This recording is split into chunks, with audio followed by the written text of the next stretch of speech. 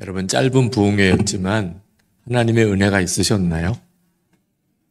여러분이 정말 부흥회 때 은혜를 받았는지 안 받았는지는 이제부터 여러분의 삶이 부흥회 전과는 완전히 달라지는 것을 보고 알게 됩니다. 다음 주일에 석사대회가 있다고 들었어요. 네. 아마 부흥회가 진짜 은혜가 있었는지 아닌지는 다음 주일에 알 것 같아요. 네. 저도 이따금 교회에서 윷놀이를 해보면 사람이 갑자기 달라지더라고요. 네. 근데 다음 주일에 척사대회 진행이 안 되게 되기를 축복합니다.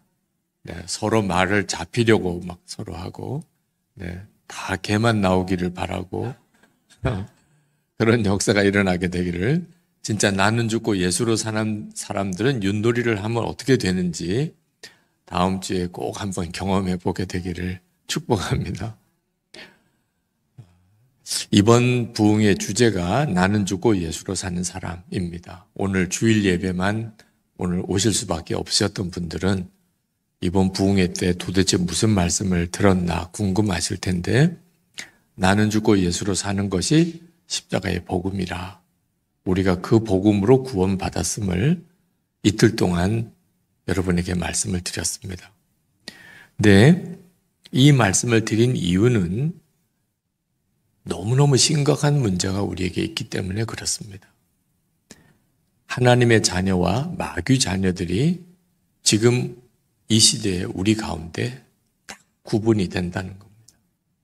10절 말씀에 보면 이러므로 하나님의 자녀들과 마귀 자녀들이 드러나나니, 그러니까 하나님의 자녀와 마귀 자녀가 하나님 앞에 가봐야 아는 게 아니고 지금 드러난다는 겁니다. 우리가 사는 중에 저 사람은 하나님의 자녀구나, 저 사람은 마귀 자식이구나, 그렇게 착 구분이 된다는 거예요. 성경에 이렇게 말씀을 하지 않았다면 제가 이렇게 말씀을 드리는 것이 좀 지나치게 느껴질 수도 있을 거예요. 근데 성경이 그렇게 기록이 되어 있어요. 하나님의 자녀와 마귀 자녀가 드러난다는 거예요. 우리 눈에. 여러분, 십자가를 주목해 보세요.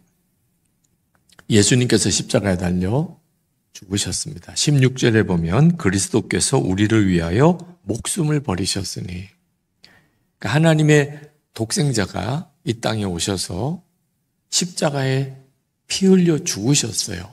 자, 그 말은 굉장히 심각한 문제가 있다는 뜻이죠. 그죠? 어지간하면 하나님께서 말씀하시면 되잖아요. 그죠? 어지간하면 말씀하시면, 우리가 못 알아들으면, 그러면 하늘에다가 큰 글자로 하나님께서 하늘에다가 이렇게 써 놓으면, 그렇게 한 열흘 동안만 계속 있으면 세상 사람들이 하나님이 저렇게 말씀하시네, 그렇게 알아들을 수도 있잖아요. 하나님이 정말 우리에게 하고 싶은 말씀이 있으시다면 그런 방법으로 하셔도 되잖아요. 그런데 당신의 독생자를 십자가에 피 흘려 죽게 하셨어요. 그러면 이건 보통 심각한 문제가 있는 게 아닌 거죠. 왜 그렇게 하셨을까? 이 세상에 마귀가 무섭게 역사하고 사람들의 영혼을 사로잡아서 지옥으로 끌고 가는 일이 우리가 사는 세상에 너무나 엄청나게 벌어지고 있기 때문에 하나님이 그렇게 하신 거예요. 어떻게 하면 우리 사람을 죄와 저주에서 구원할 수 있을까? 이 길밖에 없으니까. 예수님이 십자가에 피 흘려 죽으시는 이 길밖에 없으니까 그렇게 하신 거거든요. 그러니까 우리가 예수를 믿는 사람으로서 심각한 마음을 가져야 하는 겁니다. 그냥 교회만 다니는 식으로 예수를 믿을 일이 아닌 거예요. 굉장히 심각한 문제가 있는 거예요. 하나님의 자녀가 있고 마귀 자녀가 이 세상에 뚜렷하게 구분이 된다는 거예요. 그러면 기준이 뭐냐 하는 겁니다. 누가 하나님의 자녀고 누가 마귀 자녀. 이제 여러분의 문제기도 해요. 나는 하나님의 자녀 맞을까? 내가 혹시 마귀 자녀는 아닐까? 기준을 잘 보셔야 돼요. 10절 하반절에 무릇 의를 행하지 아니하는 자나 또는 그 형제를 사랑하지 아니하는 자는 하나님께 속하지 아니하니라. 그러니까 하나님의 자녀와 마귀 자녀를 구분하는 기준이 뭐냐면 이제는 다시는 죄를 안 짓고 의를 행하는 사람, 또 하나는 원수도 사랑하는, 그러니까 죄를 짓지 않고 원수도 사랑하는 사랑이 있는 사람이 하나님의 자녀고, 죄를 짓고 사는 사람, 그리고 사람을 용서하고 사랑하는 것이 없는 그 사람은 마귀 자녀라는. 이건 정말 심각한 문제죠. 여러분은 하나님의 자녀예요. 이제는 죄 안 짓고 살고 이제는 원수도 사랑하는 사람입니까? 아니면 나는 자꾸 은밀한 죄, 습관적인 죄를 짓고 있는 게 많은데 지난 주간도 또 죄 짓고 살았는데 미운 사람도 너무 많아. 가족도 믿고 형제들도 믿고 직장 동료도 믿고 심지어 교인들 중에도 미운 사람이 있는데, 그러면 이런 사람은 어떤 사람이에요? 마귀 자식이라는. 저는 목회하면서 너무나 많은 교인들이 성경 말씀이 그렇게 나와 있는데도 불구하고 여전히 죄 짓고 살고 그리고 서로 싸우고 살아요. 도대체 어떻게 하려고 그러는지를 답답할 지경이에요. 말씀을 정확하게 봐야 돼요. 요한일서 5장 18절에 보면 하나님께로 난 자는 다 범죄하지 아니하는 줄을 우리가 아노라. 분명히 말씀하셨어요. 하나님께로 난 자는 다 범죄하지 않는 줄을 안다. 또 원수도 사랑하라.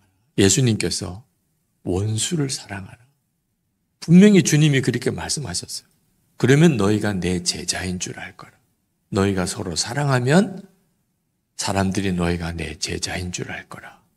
그러니까 성경이 말하는 구원받은 사람의 삶은 두 가지예요. 죄 짓지 않고 사랑하며 사는 거죠. 손양원 목사님 이야기를 다 아실 거예요. 두 아들을 죽인 공산당 청년 안재선이라는 그 공산당원을 사형 처형당하기 전에 자기 양자를 삼았어요. 용서하는 정도가 아니고 자기 아들로 삼았어요. 두 아들 죽인 원수를. 그게 바로 예수 믿는 사람은 어떤 사람인가를 보여주는 거예요. 여러분도 손양원 목사님 같은 사람이 되었습니까? 그게 기준이에요. 내가 진짜 사랑이 있나? 손양원 목사님처럼 내가 하고 있는가? 자, 이 말씀을 들으면 여러분들의 마음이 많이 낙심이 되시는 분들이 있으실 거예요. 내가 하나님의 자녀라고 할 수는 없겠구나. 지난 주간에 내가 또 부끄러운 삶을 살았던 게 있고 또 서로 싸우고 미워하고 살았구나. 나가 하나님의 자녀라고 어떻게 담대히 말할 수가 있나.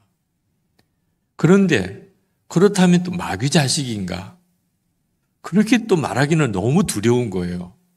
그러니까 목사님 저는 중간이에요. 저는 하나님의 자녀도 아닌 것 같고 마귀 자식이라고 말할 수도 없고 저는 중간쯤 있습니다. 절대로 중간은 없어요. 하나님의 자녀가 아니면 마귀 자식, 마귀 자식이 아니면 하나님의 자녀. 둘밖에 없어요. 이제 오늘 이 예배가 끝나기 전에 여러분은 하나님의 자녀인지 마귀 자식인지 여러분 스스로가 서야 될 자리를 분명히 해야 돼요. 여러분 14절 말씀을 보세요. 우리는 형제를 사랑함으로 사망에서 옮겨 생명으로 들어간 줄을 알거니와 사랑하지 아니하는 자는 사망에 머물러 있느니라. 우리가 어떻게 구원받았죠? 예수를 믿고 구원받았어요. 근데 오늘 여기 본문에 보니까 예수를 믿고 구원받았다는 말을 요한복음에서는 그렇게 쓰셨어요. 요한 사도가. 근데 요한 1서에 와서는 예수님을 믿는 것을 형제를 사랑하는 거라고 바꿨었어요. 그 말은 무슨 뜻이냐면 초대교회 때 벌써 예수를 믿는다고는 하는데 사랑하지 않는 사람이 생긴 거예요. 요한 사도가 말도 안 된다가 말도 안 돼. 예수를 믿는다면서 어떻게 사랑하지 않는 사람이 있을 수 있냐. 그래서 아주 명확하게 형제를 사랑함으로 우리는 사망에서 생명으로 옮겼다고 그렇게 쓴 거예요. 만약에 형제를 미워하면 그 사람은 사망에 머물러 있는 데요. 세상에는요, 죄를 지으면 그러면 감옥에 가둡니다. 죄 지은 사람은 다 감옥에 가둬요. 그런데 용서하지 않고 사랑하지 않는 사람을 감옥에 가두는 법은 없어요. 그죠? 아니, 여러분 서로 미워하고 서로 싸우고 그런다고 감옥에 가둡니까?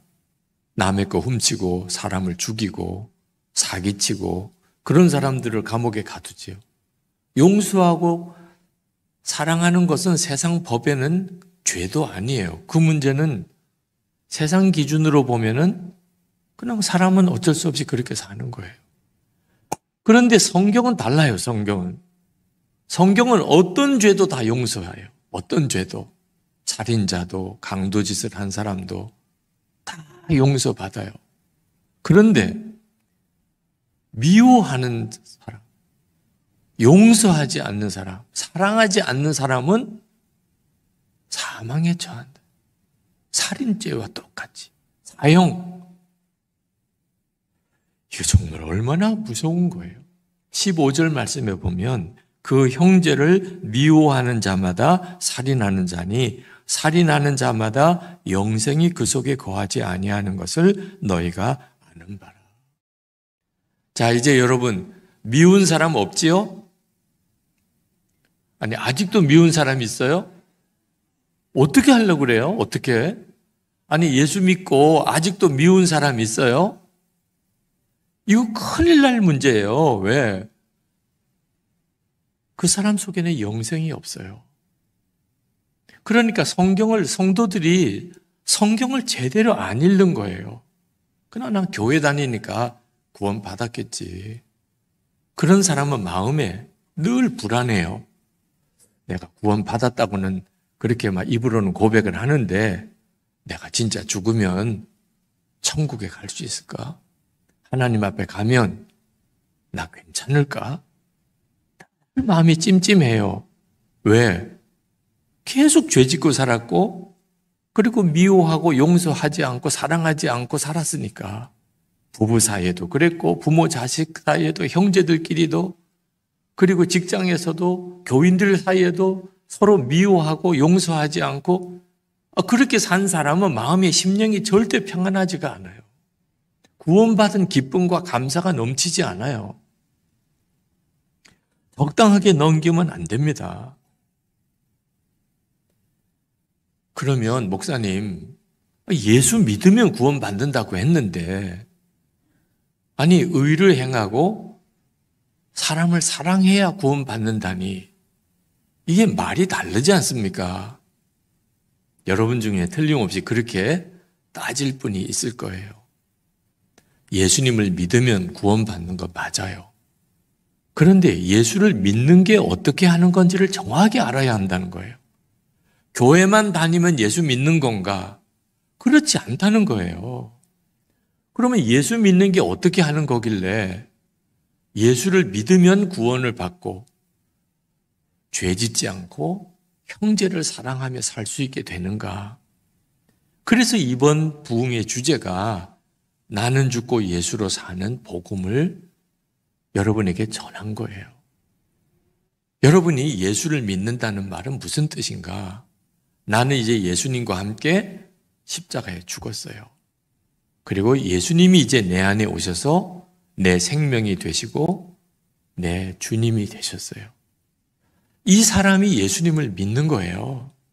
주여 주여 한다고 다 예수 믿는 거 아니에요. 하나님의 말씀대로 살아져야 예수를 믿는 거예요. 그런데 어떻게 하면 하나님의 말씀대로 살 수 있어요? 두 가지, 죄 짓지 않고 사람을 사랑하며 사는, 도대체 어떻게 그렇게 살 수 있냐고요. 나는 죽고 예수로 살 때만 돼요. 나는 죽었습니다. 이제 예수님이 내 안에 사십니다.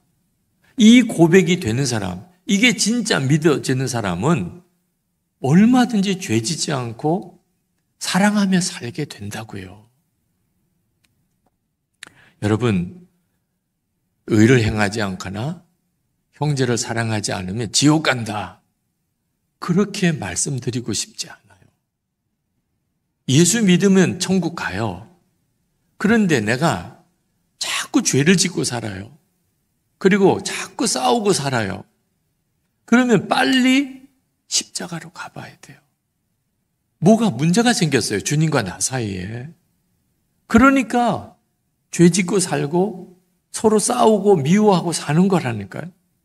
그러니까 여러분이 지금 내가 자꾸 한 주간 동안 사는 동안 또 죄 짓고 또 죄 짓고 산다. 그리고 가족들끼리 또 교인들끼리 주변에 있는 사람과 자꾸 미워하고 용서하지 못하고 사랑하지 못하고 산다. 그러면 다시 주님 앞에 가야 돼요. 나는 죽었습니다.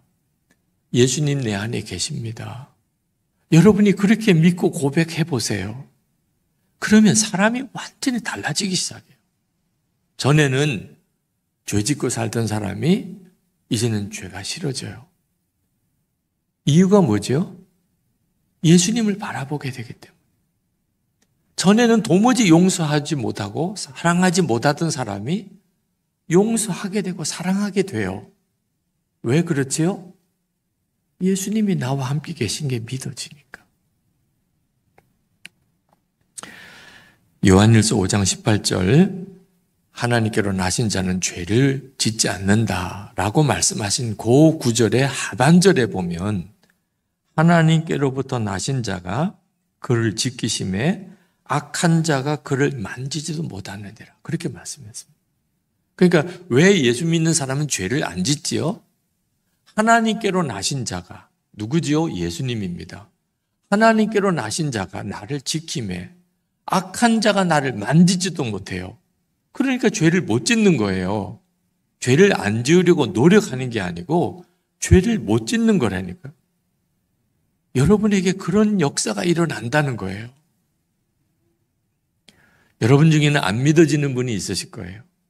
내가 어떻게 죄를 안 짓고 살 수 있을까? 지금까지 내가 노력도 해보고 기도도 하고 했는데도 안 됐는데 진짜 그런 일이 일어날까? 여러분, 오늘 여러분 예배드리는 모습을 보니까 굉장히 경건하세요. 네, 아주 정말 예배드리는 자세가 잘 돼 있어요. 어느 분도 조는 분도 없어요. 옆 사람하고 막 떠드는 분도 없고 옆에 또 의자에 누워가지고 자는 분도 없고 여러분 입고 온 거 보니까 잠옷 입고 온 분도 없어요. 아주 옷을 또 이쁘게 잘 입고 오셨어요. 머리도 잘 나갔어요. 오늘 보니까 머리도 잘 다듬어 오시고 지금 휴대폰 보는 분도 제가 보니까 거의 없어요. 휴대폰 보는 분도.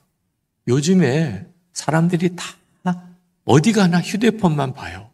버스를 타도 지하철을 타도 길거리를 가도 찻집에 가도 영상 보는 게 요즘에 사람들의 대세예요. 근데 지금 영상 보는 사람도 없어요.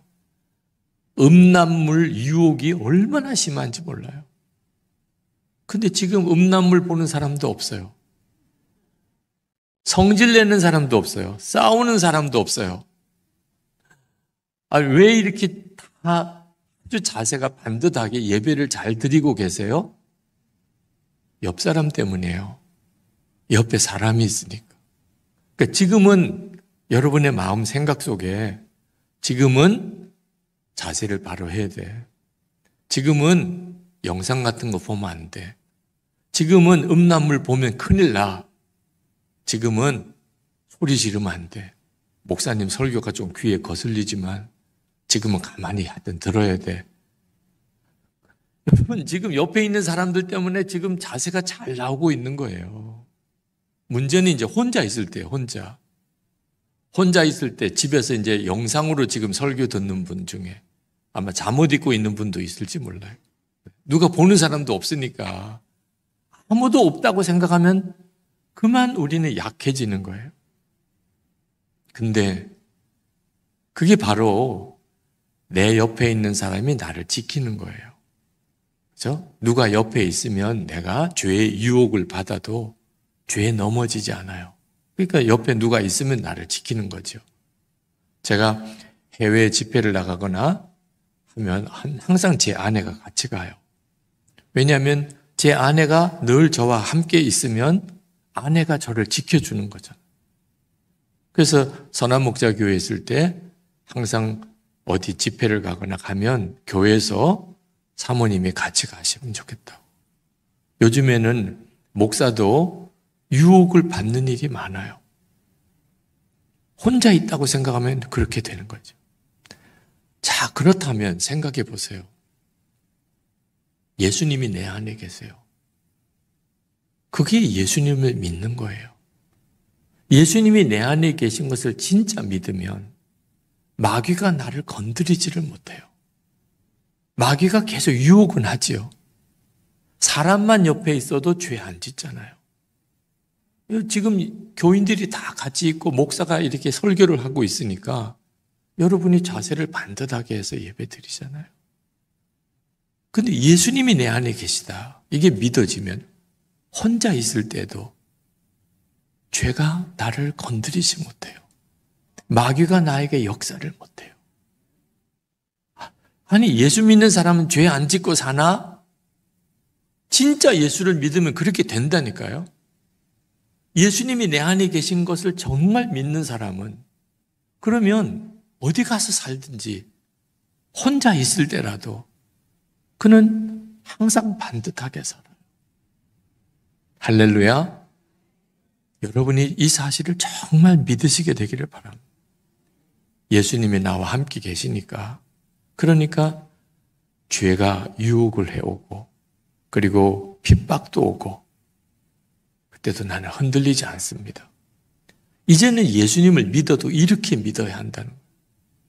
또 하나가 사랑을 하게 돼요. 사랑을. 16절에 보면 그가 우리를 위하여 목숨을 버리셨으니 우리가 이로써 사랑을 알고 우리도 형제를 위하여 목숨을 버리는 것이 마땅하니라. 내 안에 계신 예수님은 어떤 분이세요? 나를 위해서 십자가에 죽으신, 대신 죽으신 분이에요. 그 예수님을 내가 마음에 모시고 살아요. 그럼 어떻게 될까요? 누가 나에게 잘못하는 사람이 생겨도 나도 그 사람을 위해서 목숨을 버릴 수 있는 사랑을 할 수 있게 돼요. 예수님이 나와 함께 계시니까. 그래서 예수를 진짜 믿으면 죄 짓지 않고 그리고 원수도 사랑하는 사람이 된다는 거예요. 우리가 예수를 믿었으면 진짜 이렇게 예수를 믿어야 되는 거예요. 그런데 왜 예수 믿고도 그렇게 세상 죄 짓고 그렇게 싸우고 사는 거죠? 예수님이 마음에 계신 것을 진짜 안 믿는 거예요. 그리고 항상 세상만 바라보고 사는 거예요. 예수님 바라보고 살아야 되는데 세상 바라보고 사는 거예요. 제가 군목 훈련 받을 때 그 훈육관이, 훈련시키는 조교랑 훈육관이 훈련할 때 이런 이야기를 하더라고요. 자세 똑바로 해. 눈동자 돌아가는 소리 들린다. 저는 말도 안 된다고 생각했어요. 아니, 눈동자가 돌아가는 소리가 들릴 수가 있나요? 도대체 눈동자가 돌아가는 소리가 어떻게 들려요? 저 훈육관이 뻥이 대단하구나. 근데 제가 목회하면서 설교하면서 교인들을 보니까 들리네.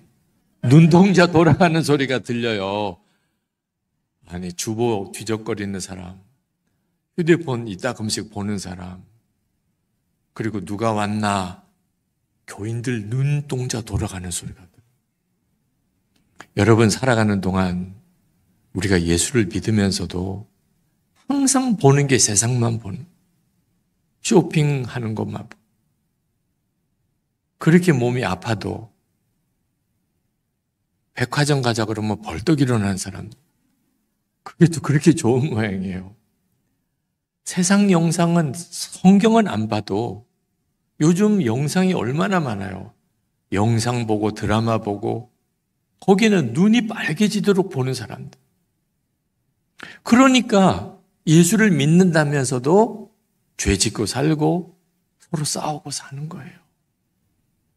예수님을 진짜 내 안에 계신 예수님을 믿음으로 못 보니까 그러니까 주님이 나를 지켜줄 수도 막아줄 수도 없는 거예요. 사랑하게 할 수도 없는 거예요. 그래서 제가 예수 동행 일기를 쓰면서 항상 주님을 생각하자고 일기 쓰는 경건 훈련을 시작을 한 겁니다. 이제 15년째 됐어요. 여러분들도 한번 진짜 예수님이 내 마음에 계신 것을 믿고 그렇게 살아보고 싶은 사람. 훈련이 안 됐기 때문에 그동안 주님을 바라보지 못하고 산 거예요. 하루 종일 예수님 생각도 못하고 살아요. 한 주간 내내 예수님 생각도 못하고 살아요. 그러니까 죄 짓고 살고 싸우고 사는 거예요. 근데 예수님을 계속 생각하기 시작하면 사람이 완전히 달라지기 시작해요. 어느 성도가 예수 동행일기를 쓰면서 자기에게 일어난 변화를 간증을 했는데 제가 조금 요약을 해서 읽어드릴게요. 예수 동행일기를 쓰기 시작하면서 내 안에 나도 싫어하는 기질이 너무나 많다는 것을 보게 되었다. 일기 쓰는 동안 나 자신의 초라함이 드러났다. 창세기 1장 26절에 하나님이 이르시되 우리의 형상을 따라 우리의 모양대로 우리가 사람을 만들고라고 하였지만 지금 나는 하나님의 형상을 온전히 드러내지 못하고 있다. 하나님 저를 하나님의 형상대로 만들어 주소서. 그리고 조금 뒤에 이렇게 썼습니다. 10일 만에 다시 쓰는 일기다. 지난 10일간 돌아보면 일기를 쓰지 않으면서 제가 얼마나 영적으로 하나님과 관계가 멀어졌는가를 느낀다. 조금만 흐트러져도 예전처럼 나의 생각과 나의 모습으로 아무렇지 않게 돌아가니 더욱 나를 쳐서라도 주 바라기를 해야겠다. 그 다음 날입니다. 교통체증이 심하다. 다른 때 같으면 엄청 짜증나는 일이었는데 오늘은 찬양을 들으며 운전할 수 있는 시간이 길어짐에 오히려 감사했다. 예수님이 나와 함께 하신다는 생각 자체만으로 마음이 훨씬 가벼워진다. 그 다음 날입니다. 저녁 늦게 퇴근해서 가정예배를 인도하는데 아이들이 짜증을 낸다. 순간 예수님 여기서 화내면 제가 사탄에게 지는 거죠. 바로 주님의 마음을 품는다. 아이들을 달래서 말씀을 읽고 묵상하고 축복하고 가정예배를 마무리 지었다. 하루의 마지막을 주님께 영광 돌림으로 마치게 하심을 감사드린다. 이건 너무너무 흔한 일이 된 거예요. 교인들이 예수 동행 일기를 쓰기 시작하면서 달라진 게 하나가 계속 예수님을 생각하게 되고 매일 일기를 써야 되니까. 그런데 그러면서 가정이 달라지기 시작해요. 말이 달라지고 행동이 달라지는. 진짜 예수 믿으면 사람이 변하나? 그렇더라니까요. 열쇠는 예수님이 나와 함께 계신 것을 진짜 믿고 그 예수님을 계속 바라보는 거예요. 여러분 중에는 솔직히 나는 죄 안 짓고 살 자신이 없어. 나는 자꾸 쓰러지고 넘어지고 나는 어떻게 할지 모르겠어. 어떻게 사람을 사랑하는데 원수도 사랑하라는 말이야. 그 불가능해. 그렇게 생각하는 사람이 있을 거예요. 근데 여러분 한 가지 더 생각해야 돼요. 분명히 우리는 자꾸 죄 짓는 일에 넘어지는 사람, 또 하나는 미운 사람, 짜증나는 사람 너무 많아요. 그런데 내 안에 예수님이 계신 것도 사실이라는 거예요. 여러분 이 사실을 절대 잊으면 안 돼요. 우리 안에는 죄도 계속 역사하고 그리고 서로 미워하는 마음, 용서하지 못하는 마음도 우리 속에 있어요. 그렇지만 예수님도 내 안에 계시다. 여러분이 이 사실 하나만 분명히 믿으면 그때부터 달라지기 시작해요. 저는 살면서 제일 힘든 것이 사람에게 화 안 내고 사랑하는 것. 제가 부흥의 첫째 날 말씀을 드렸죠. 제가 성격 검사를 해보니까 제 속에는 분노가 많다는 거예요. 실제로 그렇더라고요. 겉으로 드러내지는 않지만 속으로는 분노가 많아요. 근데 이걸 해결을 못 하겠는 거예요. 도대체 나 같은 사람이 어떻게 목사라고 할 수 있을까? 그런데 어느 날 말씀을 보는데 하나님께서 죄인을 사랑하신다. 죄인을 사랑하셔서 자기가 십자가에 달려 죽으셨다는 거예요. 근데 제가 죄인 중에 죄인이에요. 나를 사랑하신다는 거잖아요. 그때 얼마나 울었는지 몰라요. 나 같은 사람을 주님이 사랑하신다. 그게 마음속에 믿어지면서 너무너무 울었어요. 근데 안타까운 것은 고쳐지지가 않는 겁니다. 하나님이 나를 사랑하시는 것까지는 알겠어요. 근데 하나님께서 저에게 예수님이 제 안에 계시다는 것이 믿어지게 하셨어요. 주님이 저와 함께 계신 거예요. 성경을 가만히 읽어보니까 예수님을 주님이라고 고백하는, 하나님을 아버지라고 부르는, 말씀을 들을 때, 찬송을 들을 때 마음에 은혜가 되는 거예요. 내가 하나님 뜻대로 살지 못하면 마음에 근심이 생기는 거예요. 하나님의 일을 하고 싶은 소원이 있는 것, 다른 사람이 구원받았으면 좋겠다 하는 마음에 구령의 열정이 생기는 것. 이게 전부 다 뭐죠? 내 안에 주님이 계신 거예요. 제가 너무너무 놀랐어요. 예수님이 나와 함께 계신 게 너무너무 분명한 거예요. 그때부터 제 삶이 달라지기 시작합니다. 주님이 나와 함께 계시다. 그게 의식이 되고 믿어지고 계속 주님을 바라보게 되면서 제 속에 저로서는 설명이 안 되는 변화가 일어나는 거예요. 저는 지금도 분명하게 그렇게 믿어요. 저를 바꾸시는 분은 예수님이에요. 저 자신은 저를 바꿀 자신이 없어요. 그런데 예수님이 저를 바꾸세요. 저는 지금도 저를 죄와 싸워서 이기게 하시는 분, 미움과 싸워서 이기게 하시는 분, 예수님이라고 믿어요. 그렇게 지금까지 살아왔어요.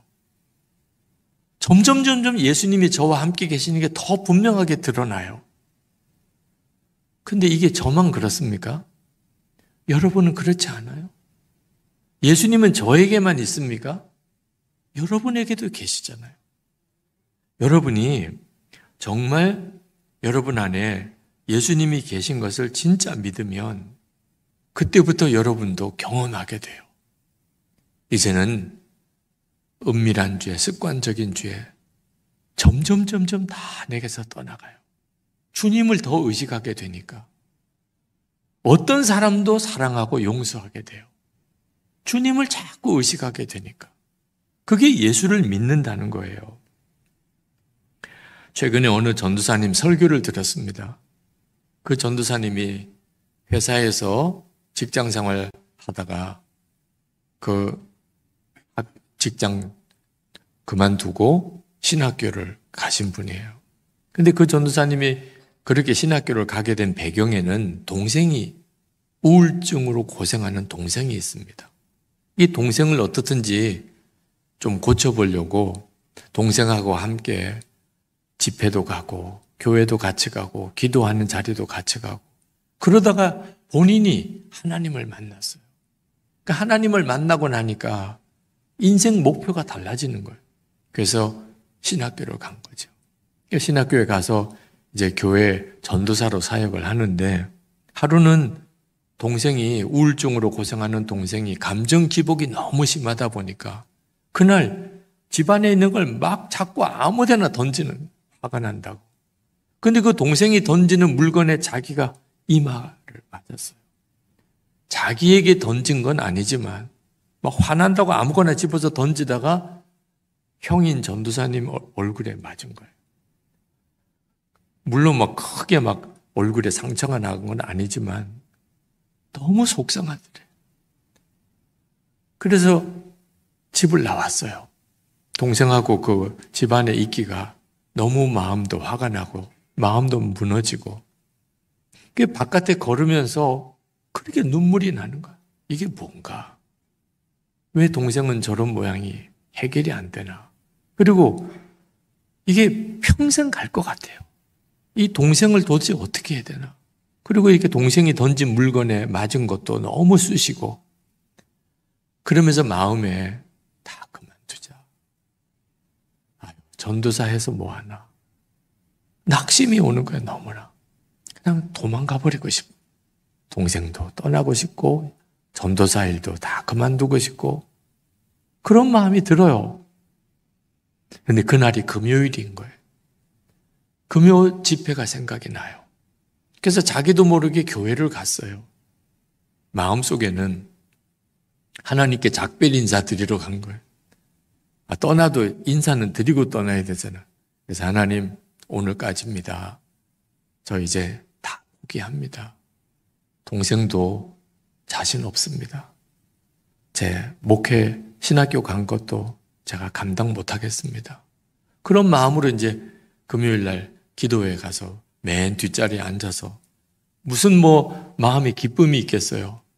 그냥 오늘 마지막 예배 드리는 거다. 그렇게 생각하고 앉아 있는데 그날 목사님의 설교 말씀이 들리는데 목사님이 무슨 설교를 하시느냐 하면 그날 주신 메시지가 하나님께서 사람을 얼마나 살피시고 긍휼히 여기시고 그리고 예수님께서 얼마나 많은 사람들을 불쌍히 여기시고 그리고 그들을 고치시고 회복시키셨는가. 그 말씀을 목사님이 그날 설교를 하신 거예요. 근데 설교를 듣는 내내 자기한테 하시는 것 같아요. 하나님이 얼마나 긍휼이 많으시냐, 얼마나 오래 참으시냐, 예수님은 얼마나 낙심한 사람, 좌절한 사람, 절망하는 사람을 고치셨는가. 근데 자기가 그렇거든요. 동생의 일 때문에 하나님을 만났는데 그래서 이제 신학교, 좋은 직장 다 버리고 신학교를 갔어요. 근데 지금 자기 심정은 너무 초라해요. 이게 되는 일인가 싶어요. 그런데 앉아보니까 주님이 자기에게 낙심하지 마. 두려워하지 마. 내가 너 동생 책임져. 너도 내가 사랑한다. 하여튼 설교를 듣는 내내 막 너무너무 울다가 일어나. 그리고 다시 회복을 얻어. 그리고 이제 신학교 졸업하고 그리고 그 교회 이제 전임 전도사가 되어서 설교 때 자기 간증을 쭉 하는 것을 들으면서 참 제 마음속에도 귀한 은혜가 있었어요. 지금 오늘도 똑같이 하세요. 오늘 여러분 중에는 낙심한 사람, 좌절한 사람, 여러분 자신에 대해서 절망하는 사람 아마 오늘도 있을 거예요. 주님이 여러분을 다시 회복시키세요. 여러분 스스로 노력으로 하라는 거 아니에요. 우리가 할 수 있는 일은 예수님이 나와 함께 계신 것을 진짜 믿는 거예요. 그리고 나는 죽었습니다. 고백하고 내 안에 예수님이 사십니다. 여러분이 그렇게 고백하면 하나님께서 여러분을 놀라우게 회복시켜요. 한 사람도 예외가 없어요. 오늘 여러분 중에. 주님이 여러분을 완전히 다른 사람으로 만드세요. 그걸 믿으시라는 거예요. 그게 예수를 믿는 거예요. 고린도전서 15장 57절에 우리 주 예수 그리스도로 말미암아 우리에게 승리를 주시는 하나님께 감사하노니. 우리에게 승리를 주시는 분은 하나님이세요. 그게 예수 믿는 축복이에요. 정말 죄 안 짓고 살고 그리고 사랑하며 살고 우리가 진짜 예수님을 바라보면 우리 삶이 그렇게 바뀌어요. 그래서 저 사람이 하나님의 자녀구나 알게 되는 거예요. 오늘 이번 부흥회 3일 동안 부흥회를 하고 그리고 이제 오늘 마지막 시간, 여러분의 마음에 왜 나는 죽고 예수로 살아야 되나? 그렇지 않으면 죄를 이길 힘이 우리에게는 없어요. 사랑할 수 있는 힘이 없어요. 네, 여러분 꼭 믿으세요. 여러분이 아무리 죄의 유혹이 크고 그리고 여러분의 주위에 여러분을 힘들게 하는 사람이 많아도 나는 죽었습니다. 예수님 내 안에 계십니다. 이렇게 고백하면 그러면 죄를 이길 힘을 주님이 주시고 용서하고 사랑하는 사람이 되게 만들어주세요. 그건 얼마나 놀라운 은혜인지. 그런 은혜를 누리고 사는 성도 여러분 되기를 축복합니다. 기도합시다.